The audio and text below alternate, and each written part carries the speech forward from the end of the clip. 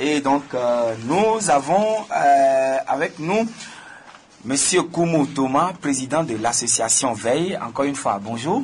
Bonjour, Joachim. Voilà. Et avec lui, juste à côté de moi, professeur David Ekwe-Dossé. Vous êtes le vice-président de l'association Veille. Professeur, bonjour. Oui, bonjour. Merci d'accepter l'invitation de Victoire FM ce matin. Merci de nous avoir invités. Alors, président, je m'avais posé la question, votre association Veille économique, est-ce que vous pouvez nous la présenter sommairement? Oui, brièvement, je vous dirais que Veille économique est une association à but non lucratif, comme toute autre association, et qui a a deux orientations principales. Une orientation pédagogique et une orientation humanitaire. En termes d'orientation pédagogique, nous sommes appelés, nous avons comme ambition de pouvoir éclairer les populations togolaises sur tout ce qui est économique et financier, matière économique et financière, de manière à ce que les populations puissent comprendre tous les défis et les enjeux dont va faire face le Togo dans les 20-30 prochaines années. Voilà. Et là, ça veut dire sur le plan volet humanitaire, disons que nous avons au sein de l'association des médecins de haut niveau, des enseignants qui sont dans l'éducation. Donc nous voulons apporter des aides humanitaires à nos populations sur le plan de la santé, de l'éducation, sur toute l'étendue du territoire national. Donc c'est une association de hauts cadres. Ou bien de l'élite togolaise. Si vous le dites, je pense que nous avons en tout cas comme membres de l'association des gens de très très haut niveau. D'accord. Alors, professeur, si tel est le cas, est-ce qu'il y a des objectifs très précis à l'association que vous comptez défendre ou bien poursuivre? Comme il l'a dit, c'est une association qui touche essentiellement les finances, mais comme nous le savons tous, l'économie ou les finances impactent tous les secteurs de la vie. C'est bon. Et donc cela impacte tous les secteurs de la vie. Dans la santé. Oui. Alors, président, monsieur Koumou, bien sûr, votre association publie depuis quelques semaines, disons depuis quelques temps, des tribunes sur l'exploitation des phosphates dans notre pays, le Togo. Dans un premier temps, pourquoi publier des tribunes? Écoutez, c'est pour respecter un peu nos orientations. Publier des tribunes, ça veut dire informer les populations. Ça veut dire éduquer les populations sur un certain nombre de concepts économiques et financiers.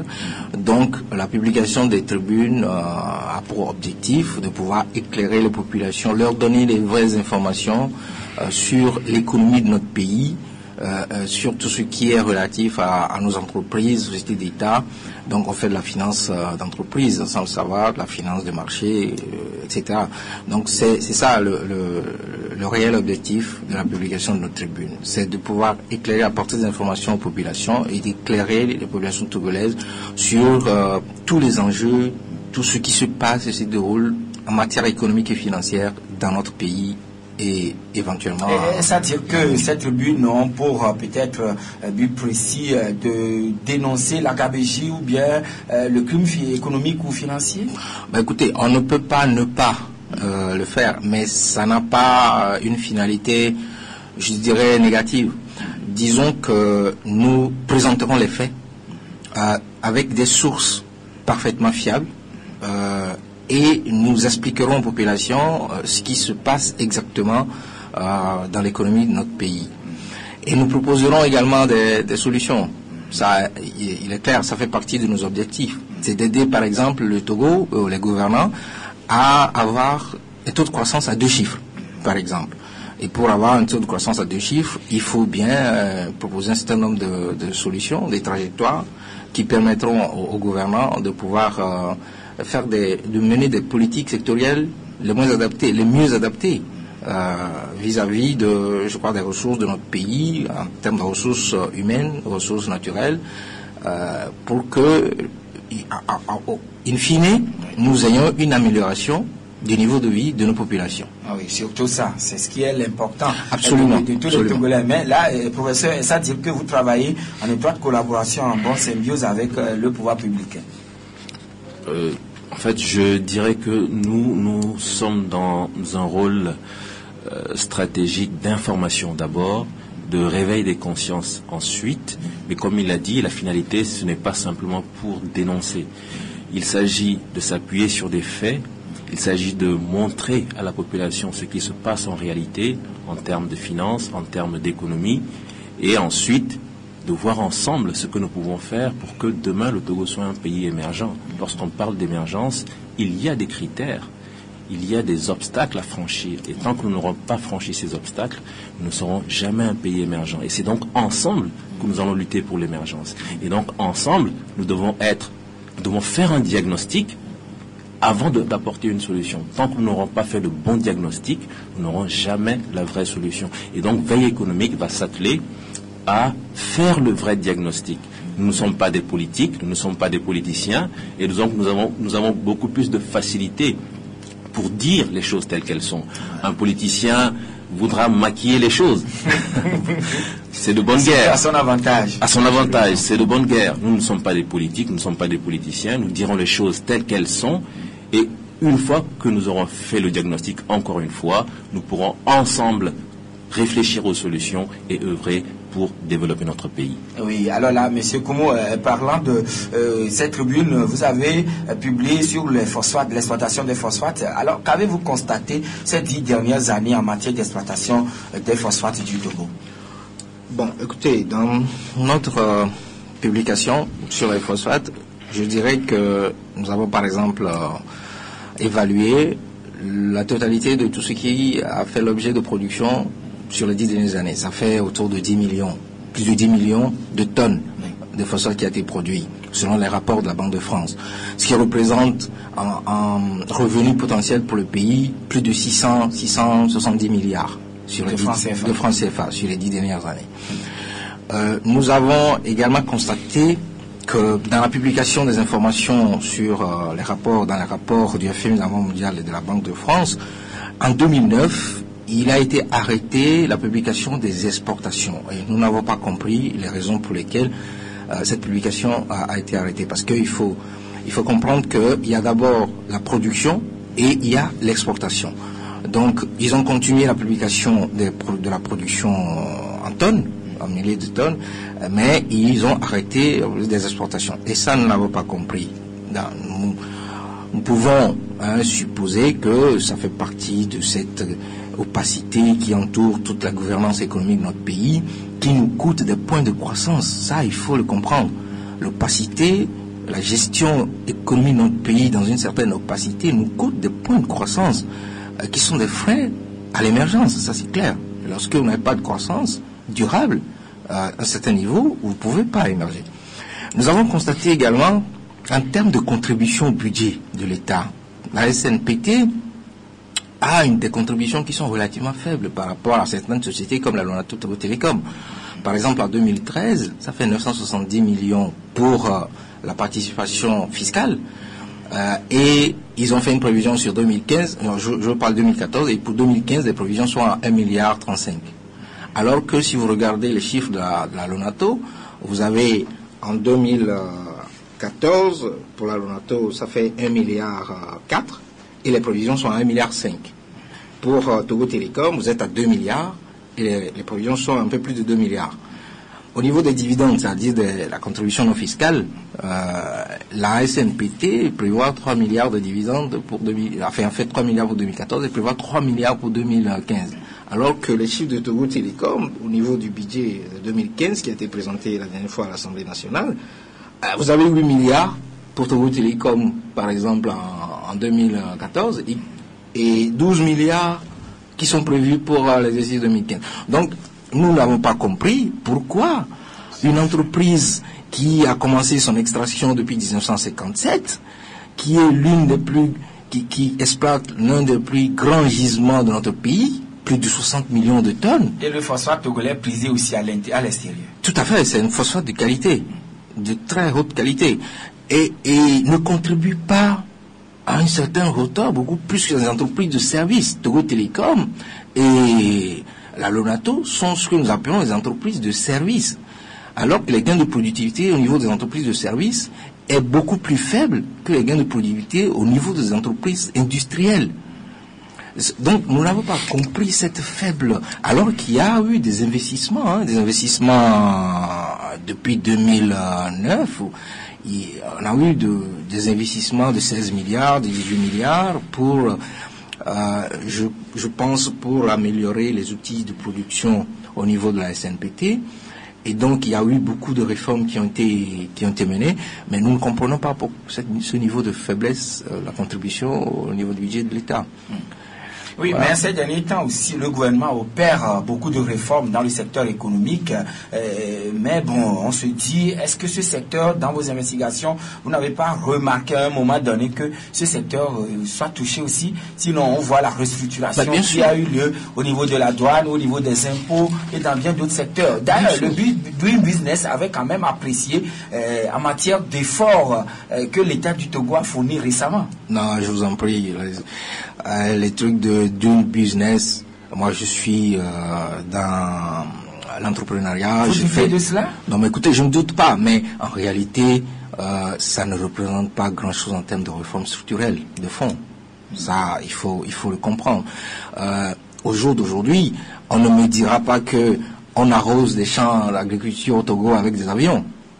On ne me dira pas que l'agriculture n'est pas encore modernisée. Donc ce ne sont pas des réformes structurelles de fond à même de porter l'économie, la croissance de notre pays de façon durable et pérenne. Doing Business, si on réduit la durée de formalisation, de création d'une entreprise, mais le problème, c'est de savoir quel est le coût de la création d'entreprise au Togo aujourd'hui et combien de Togolais ont les moyens financiers pour pouvoir faire face à ces coûts pour créer de l'entreprise. Tous les jours, j'écoute sur les radios, il faut de l'entrepreneuriat, il faut de l'entrepreneuriat. Je ne sais pas si les gens ont la vraie idée sur le coût de l'entrepreneuriat aujourd'hui. Si on veut créer une entreprise formelle au Togo aujourd'hui, dans n'importe quel secteur, est-ce que les gens ont une idée du capital social qu'il faut mettre en place? Je pense que les gens n'ont pas une idée.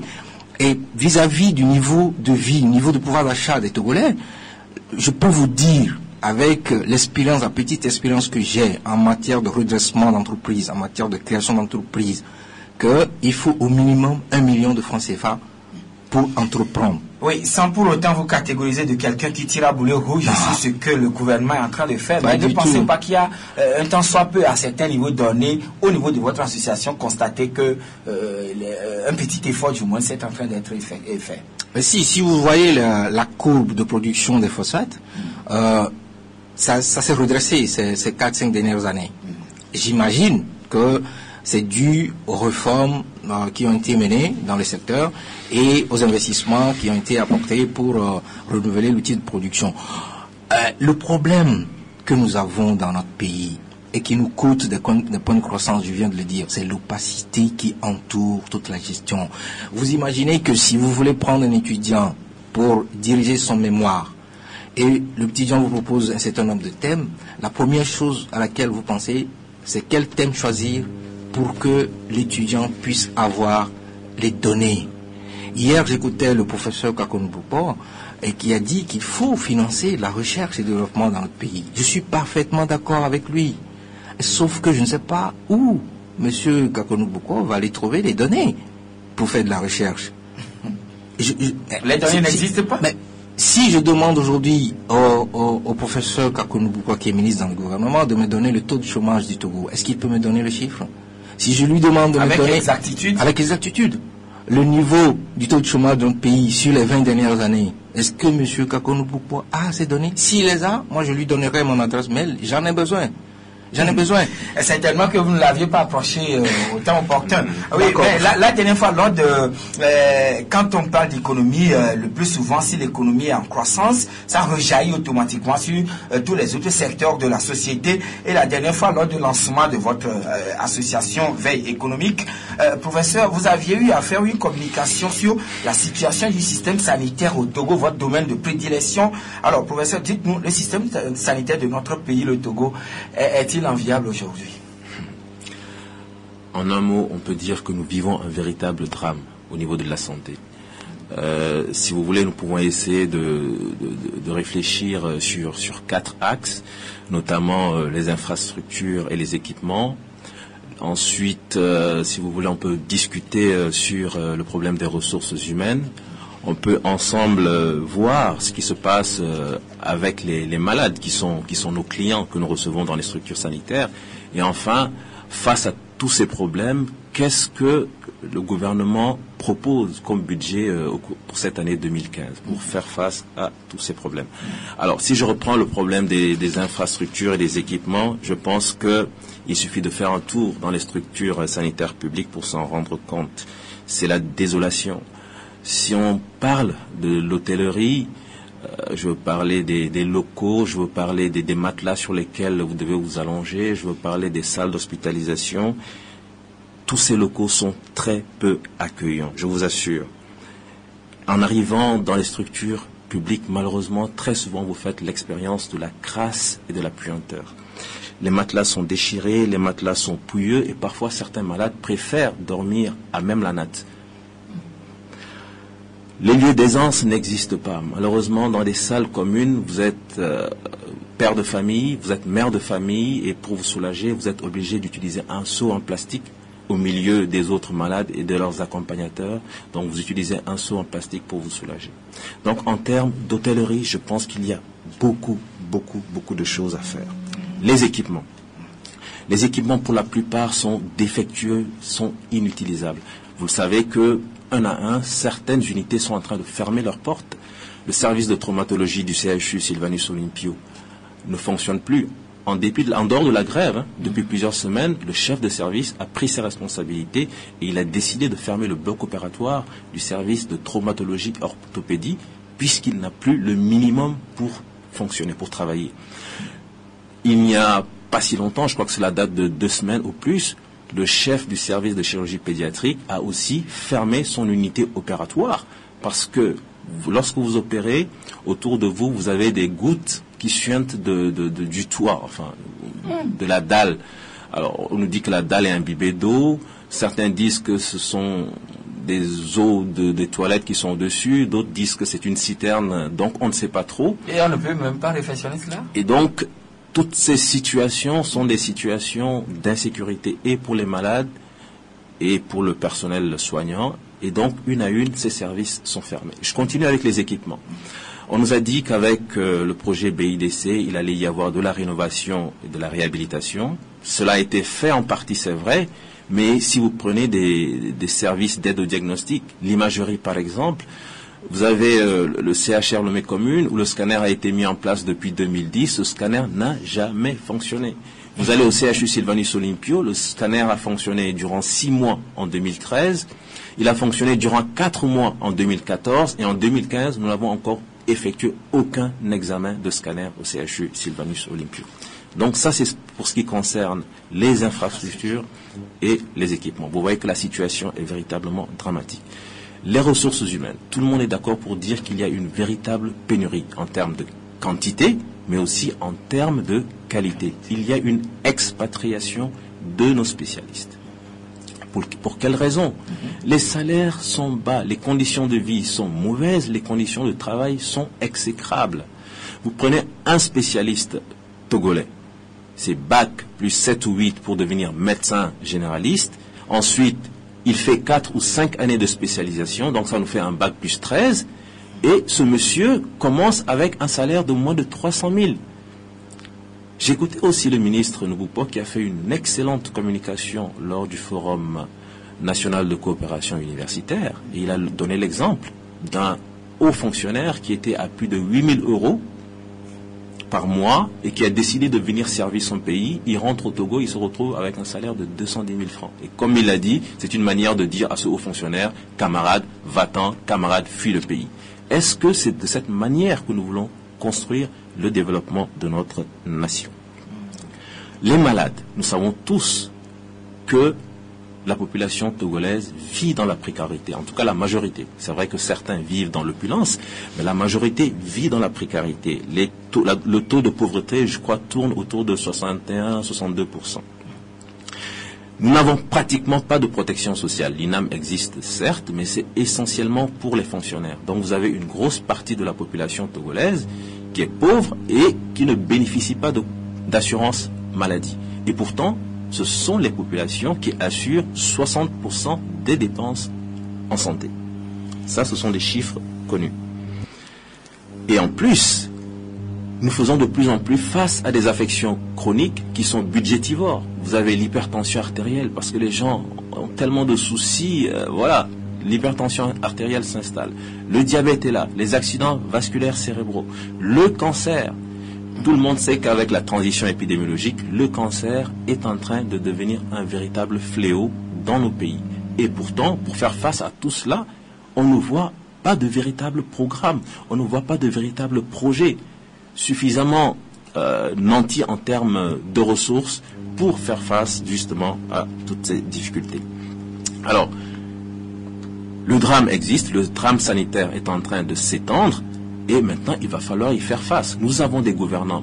Et quelle est la réponse des gouvernants? Vous savez, en 2001, les chefs d'État ont réfléchi. Avec les politiques d'ajustement structurel, on a vu que des secteurs importants comme la santé et l'éducation avaient complètement périclité dans nos pays africains. Il fallait faire face. Et en 2001, au sommet de l'OUE à Abuja, les chefs d'État ont dit il va falloir vraiment commencer à réagir, sinon nos populations vont continuer à vivre un drame sanitaire. À partir de maintenant, c'est une situation d'urgence. Nous allons octroyer au moins 15% du budget national au secteur de la santé. 2001. C'était la décision prise par les chefs d'État. Par les chefs d'État. C'était une déclaration.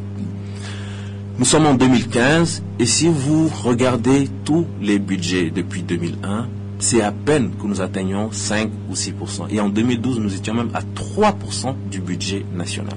Cette année, nous sommes à 5,48%. Cela veut donc dire que nous allons peut-être répondre à peine au tiers des besoins du secteur de la santé.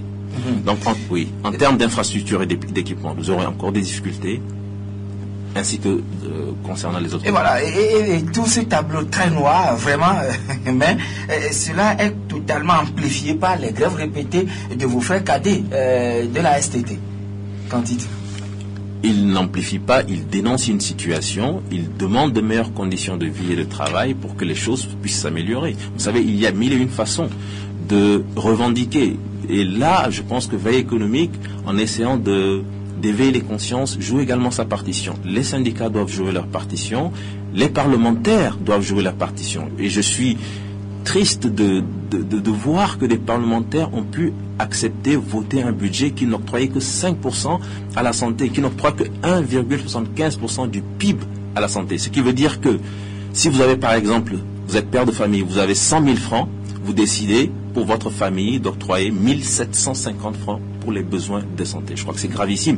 Et donc, nous pensons que chacun à son niveau doit jouer sa partition. Mais si tel est le cas au niveau de votre association Veille économique, est-ce que le Togo dispose d'un moyen conséquent pour pouvoir essayer de supporter cette charge au niveau de la santé au regard du tableau que le professeur vient de peindre? Je pense, oui. Je pense. C'est sans équivoque. Pour revenir sur les grèves de la SCT, je vous dirais que je pense que pour 20 milliards, le gouvernement peut faire des efforts. D'autant plus que l'analyse ou la lecture structurelle du budget 2015 vous permet de le faire. Alors, nous appelons solde primaire courant. Le premier solde qui est calculé lorsqu'on fait le budget de l'État. Et notre solde primaire courant est positif de 99 milliards. Et en fait, le solde primaire courant est calculé de quelle manière? C'est la différence entre les ressources internes, c'est-à-dire recettes fiscales et non fiscales, et les dépenses primaires, c'est-à-dire les dépenses de fonctionnement. Vous avez déjà fini de payer les salaires, vous avez fini de payer tout ce qui est matériel fongible, qui va faire tourner l'administration dans tous les secteurs d'activité. Et nous sommes positifs de 99 milliards. Normalement, c'est ce solde qui est négatif au niveau de la Grèce, par exemple, au niveau de l'Espagne, entre-temps, au niveau de l'Italie, qui pose problème à ces pays après la crise des subprimes. Donc, le pays n'est pas en faillite. Maintenant, il y a le solde courant, où vous tenez en compte les intérêts de la dette. Vous prenez en compte, en plus des dépenses primaires, vous prenez en compte les intérêts de la dette. Et là également, c'est positif, de plus de 66 milliards. Donc les fonctionnaires demandent 20 milliards. Je pense que l'État peut faire un effort, refaire de l'arbitrage, passer par l'Assemblée nationale et faire ce qu'on appelle une loi rectificative budgétaire, et diminuer certains départements. Je prends par exemple le ministère de l'économie et des finances, qui depuis 2 ou 3 ans a un budget de plus de 56 milliards. Je me demande ce qu'on fait avec ces 56 milliards au ministère de l'économie. Oui, mais quand même, il doit se déplacer pour aller négocier. Écoutez, là. Le ministère de l'économie et des finances, toutes les économistes savent ce qui se fait là-bas. C'est la conception et la modélisation de l'économie. Donc c'est du papier et de l'intelligence. Et cela engage des coûts. Franchement, mais quel genre de coûts? Je veux pas on n'a pas le temps d'analyser tout ça en profondeur. Mais je vous dis que, pour ce qui concerne les travailleurs, je pense que l'État peut faire un effort. C'est vrai qu'on va ralentir. Mais les revendications qui sont devenues très répétitives en cette période, qui est juste la période électorale, voilà, donc le gouvernement semble lire derrière cela des velléités politiques, professeur Doucet. Vous savez, j'ai été responsable du syndicat national des praticiens hospitaliers du Togo, et à chaque revendication, c'était le même leitmotiv. J'étais manipulé, j'étais un suppôt de je ne sais quel parti d'opposition, etc., etc. Aujourd'hui, la situation est claire. Il ne s'agit pas de faire de sentimentalisme. Il ne s'agit pas de dire si on est pour le gouvernement ou pour M. Achiwala ou pour M. Gilbert Tuligano. Les faits sont là. Réfléchissons à partir des faits. Quelle est la situation du travailleur togolais? Il existe un gap. C'est dit par les économistes. Les économistes ont en 2010 essayé d'évaluer, en tenant compte du coût de la vie, d'estimer le niveau de salaire requis. Pour un travailleur de catégorie A1, le salaire devait tourner autour de 575 000. Je prends le secteur de la santé toujours. À l'époque, les salaires tournaient autour de 200 000. Il y a eu des revendications, il y a eu de la lutte, ça nous a permis d'évoluer au niveau des salaires. Aujourd'hui, si on tient compte de l'inflation, on peut estimer que le salaire catégorie A1 devrait tourner autour de 630 000 francs CFA. Et qu'est-ce qu'on a? Nous n'avons même pas les 300 000. Ou alors, à peine nous atteignons les 300 000. Donc nous sommes à la moitié de ce qui est requis pour vivre de façon presque convenable. Un citoyen qui ne touche pas la moitié de ce qu'il devrait toucher a le droit, c'est un droit légitime, de demander à ce que son gouvernant fasse un effort. Et donc, le gouvernement est tenu de faire un effort dans le bon sens. Il ne s'agit pas de faire du dilatoire.